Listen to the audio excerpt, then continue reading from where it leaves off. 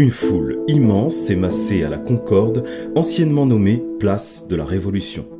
Le citoyen Capet, entouré de 4 bourreaux, se tient debout au centre de cette place.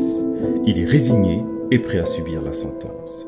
Quelques jours plus tôt s'est clos son procès, il a été jugé coupable de haute trahison et après une succession de votes, le verdict est tombé, ce sera la peine capitale.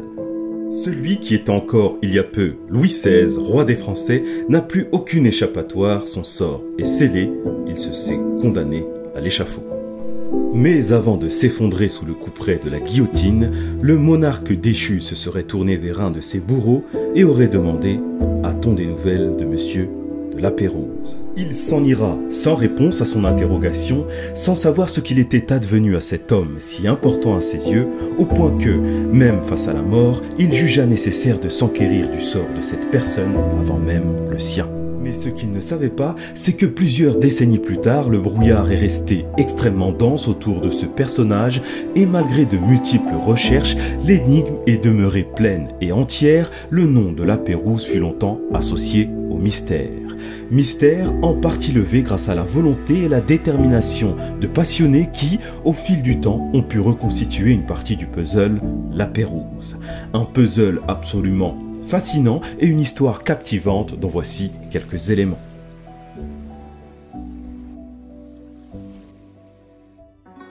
Le comte de la Pérouse, de son vrai nom Jean-François de Gallo, est né le 23 août 1741 à Albi.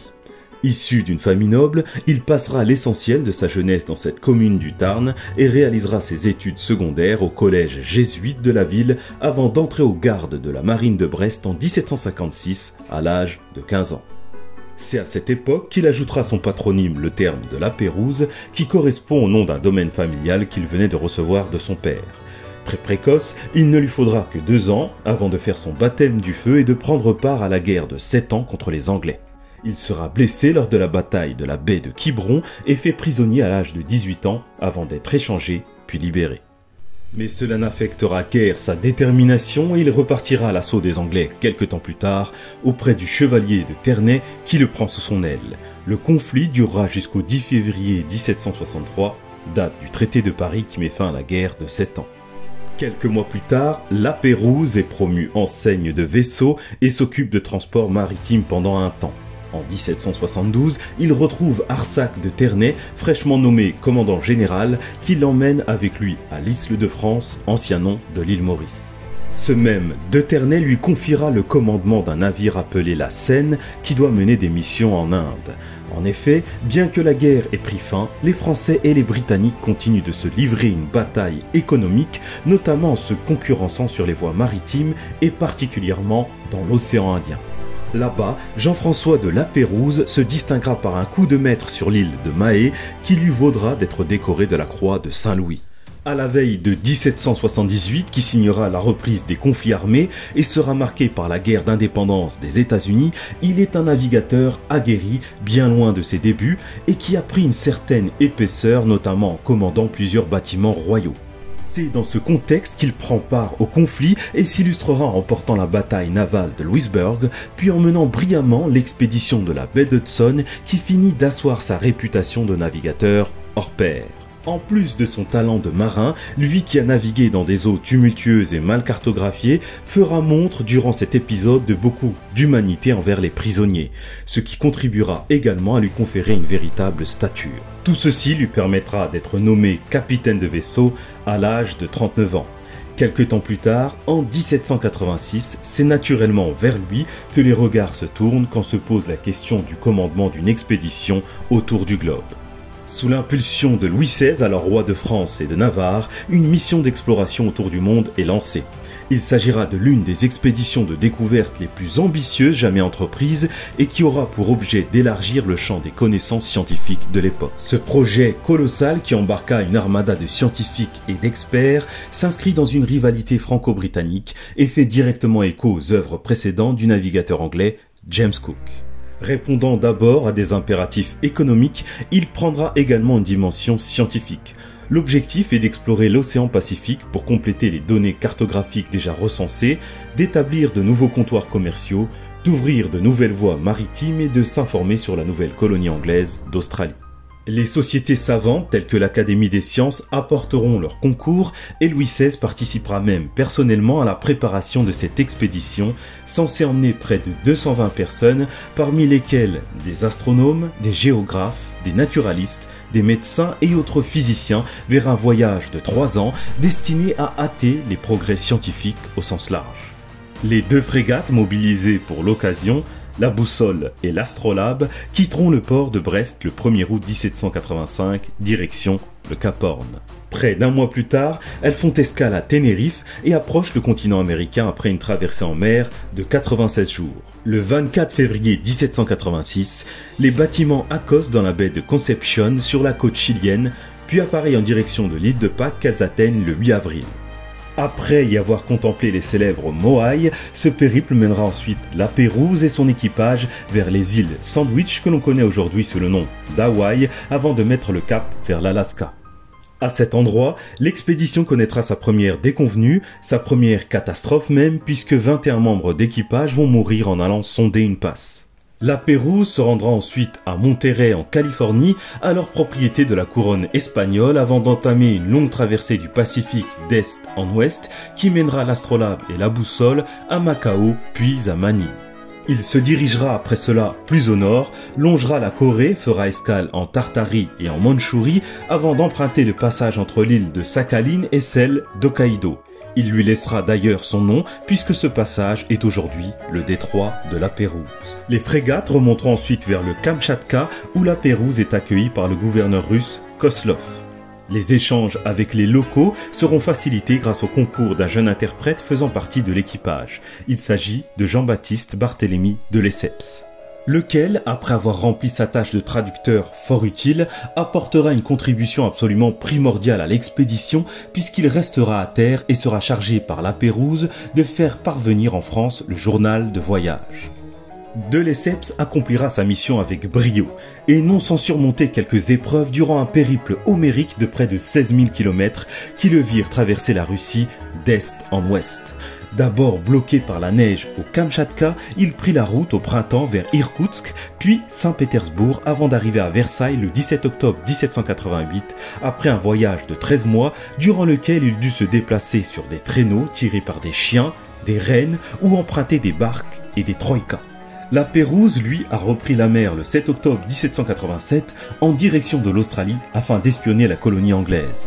Et, avant d'atteindre les terres de la Nouvelle-Hollande, qui est l'ancien nom de l'Australie, il fera un passage par les îles des navigateurs appelées aujourd'hui les îles Samoa. Là-bas aura lieu le deuxième gros incident de l'expédition, puisque 2 chaloupes qui embarquaient 12 marins ayant débarqué sont copieusement caillassées par les indigènes qui finissent par massacrer tout le monde. La Pérouse rebroussera donc chemin, perdant au passage son commandant et ami, le vicomte de Langle. Il débarquera finalement le 26 janvier 1788 à Botany Bay et laissera également son nom à cet endroit. Un quartier de la ville australienne de Randwick, situé au sud-est de Sydney, porte aujourd'hui le nom de la Pérouse en son hommage. Il restera 6 semaines sur place et entretiendra des rapports cordiaux avec les Anglais avant de reprendre la mer. Il confie alors ses journaux et lettres afin qu'ils soient transmis en France. Il y décrit la suite de son parcours et détaille l'itinéraire qu'il a envisagé. Le 11 mars, la Boussole et l'Astrolabe appareillent pour la Nouvelle-Calédonie, puis les îles Salomon. Son expédition touche bientôt à sa fin. La Pérouse et son équipage sont attendus en France pour la fin de l'année 1788. Toutefois, ils ne se présenteront jamais au point de rassemblement convenu de l'itinéraire et il n'y aura pas la moindre apparition des 2 frégates au moment prévu pour le grand retour. On attendra un signe quelconque pendant des mois, mais en vain. La Boussole et l'Astrolabe restent aux abonnés absents. Le bruit court donc que le comte de la Pérouse aurait disparu en mer, mais le pays étant secoué par la Révolution, on ne se hâtera guère dans un premier temps pour envoyer des secours. On finira par se résoudre 3 ans plus tard en 1791 et toujours sans nouvelles de l'expédition qu'il était temps d'entreprendre des recherches et de tenter de retrouver l'équipage. L'Assemblée constituante et le roi Louis XVI décident d'envoyer une mission de secours pour s'enquérir du sort de tous ces marins portés disparus. L'expédition, dirigée par le comte amiral Antoine Bruni d'Entrecasteaux, doit retrouver les traces de la Pérouse et mener en parallèle des travaux d'exploration scientifique. Il sera lui aussi à la tête de 2 frégates bien nommées de la Recherche et de l'Espérance. La mission part de Brest le 28 septembre 1791 avec à son bord 219 membres. Elle prendra la route du cap de Bonne-Espérance puis gagnera les îles de France, actuelle île Maurice, et de Bourbon, aujourd'hui île de la Réunion.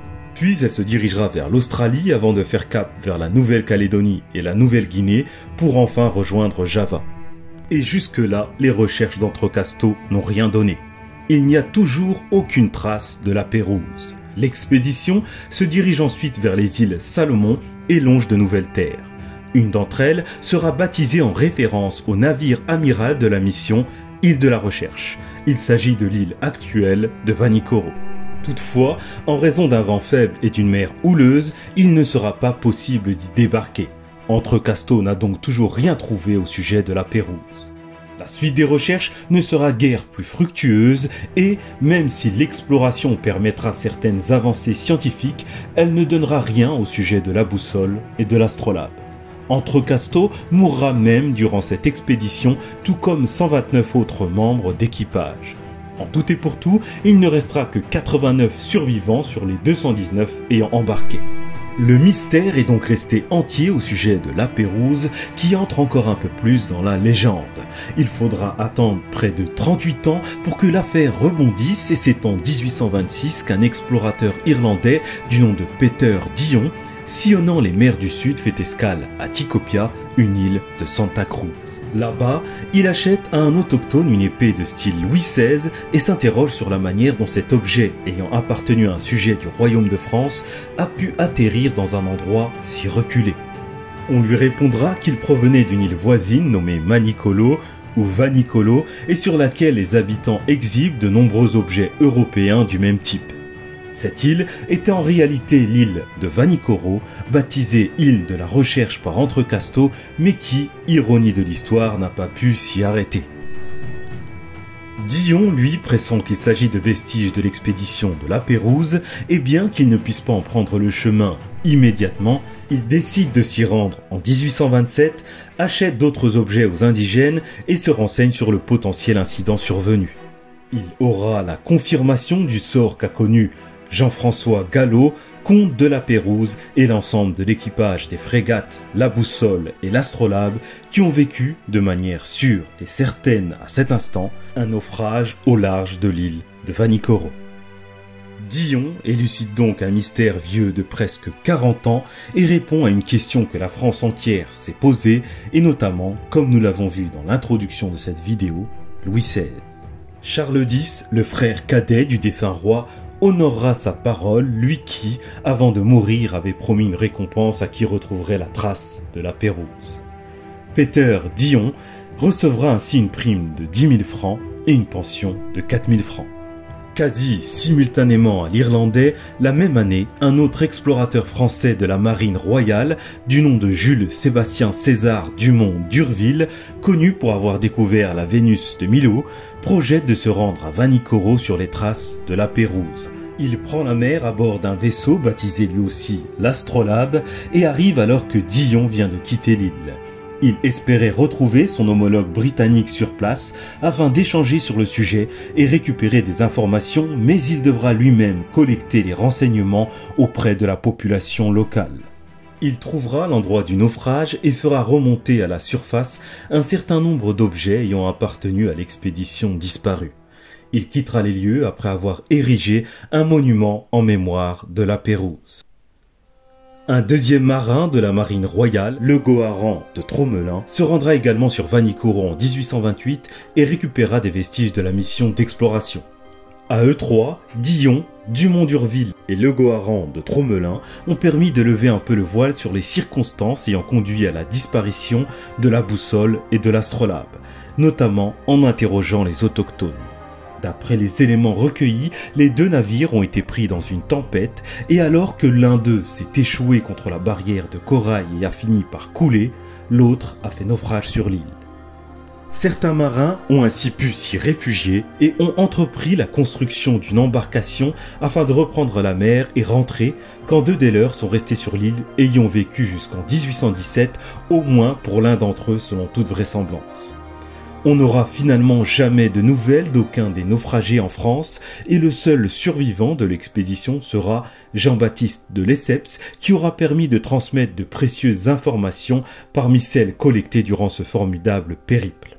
Mais ce qui aura par-dessus tout survécu au naufrage est la légende de la Pérouse, ce grand explorateur dont le nom a marqué à tout jamais l'histoire. J'espère que ce sujet vous aura plu et qu'il vous aura permis de voyager le temps d'une vidéo. Je vous remercie d'avoir regardé et vous dis à bientôt.